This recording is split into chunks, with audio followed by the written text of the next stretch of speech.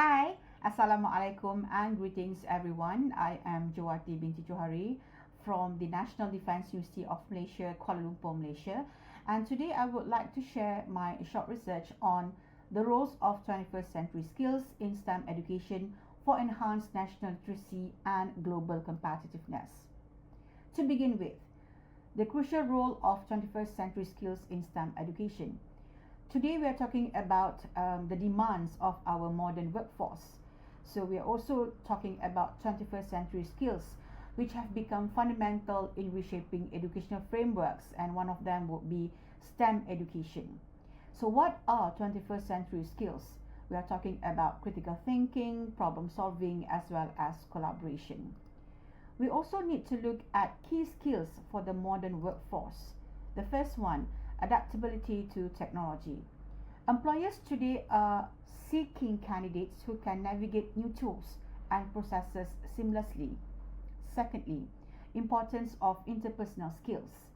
Employers also value candidates who can communicate effectively, collaborate with others, and contribute positively to team dynamics.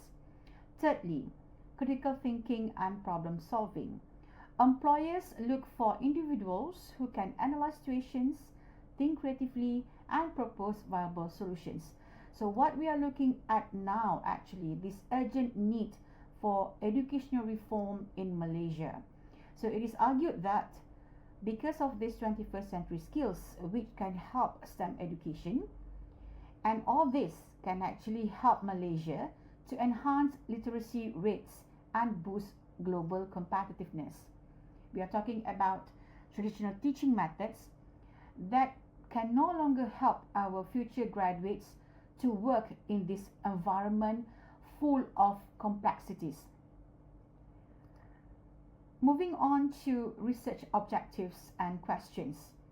So we are going to define roles of skills, examine skills impact, assess challenges faced, identify skill integration methods, and last but not least, explore connections to literacy. Selected literature. There are a few aspects that we look at when you talk about literature in terms of STEM education, 21st century skills, as well as national literacy and global competitiveness. First, teacher training deficiencies. We have to face the fact that there is this insufficient training for our teachers that has hindered the adoption of innovative pedagogical strategies essential for effective STEM education. And then we are also faced with this resource allocation inequities. There is this inadequate resources allocated to STEM education significantly limit the ability of educators to design practical learning experiences, and this actually is very apparent if you're talking about urban versus rural schools. We also look at the impact of digital literacy on learning outcomes. Now this is very critical. Talk about digital literacy today. 3 impact.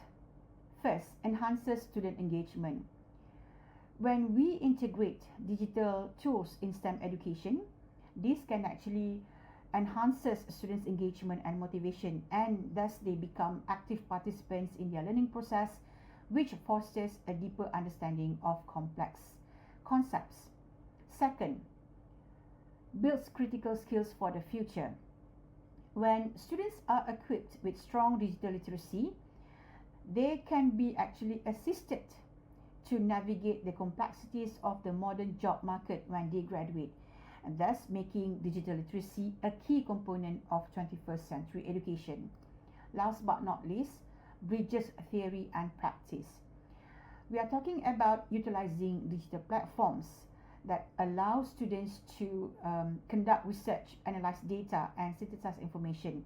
And this hands-on experience translates theoretical knowledge into practical applications, bridging the gap between academic learning and real-world challenges. Moving on to this last aspect of the selected literature, enhancing learning through innovative strategies. And one of them would be PBL, project-based learning. So project-based learning actually helps students to not only improve academic outcomes but also enhance employability by equipping students with relevant skills and knowledge. Moving on to the methodology of the short research, we adopted qualitative research design. We use content analysis approach, so where we actually look at reports, departmental policies, and government guidelines.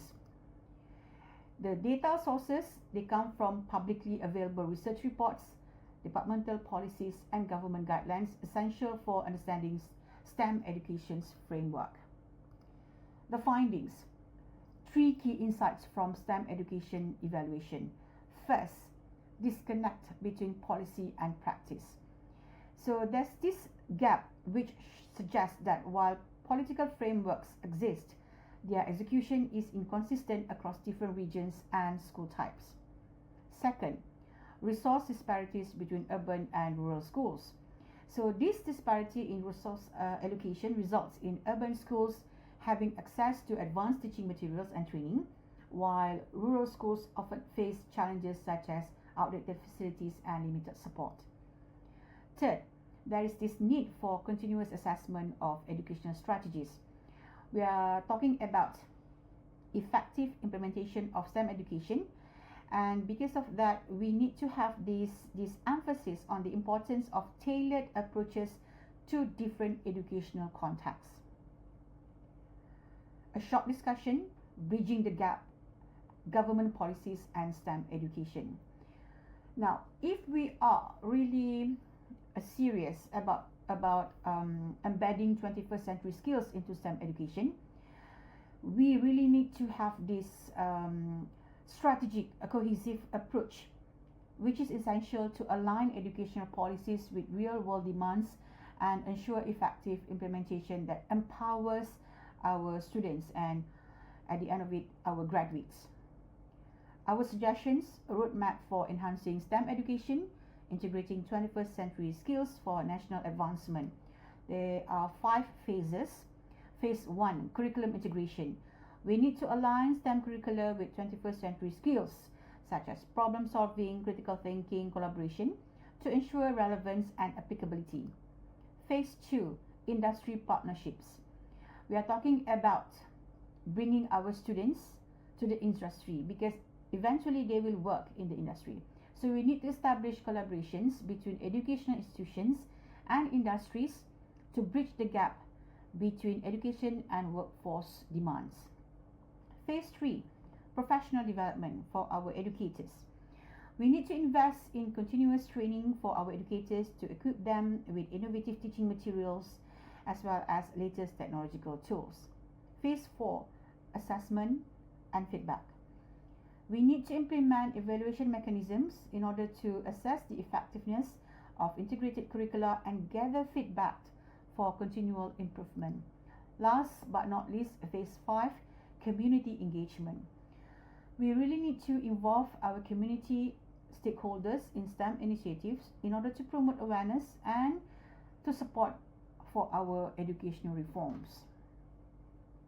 In conclusion, integrating 21st century skills for a competitive future.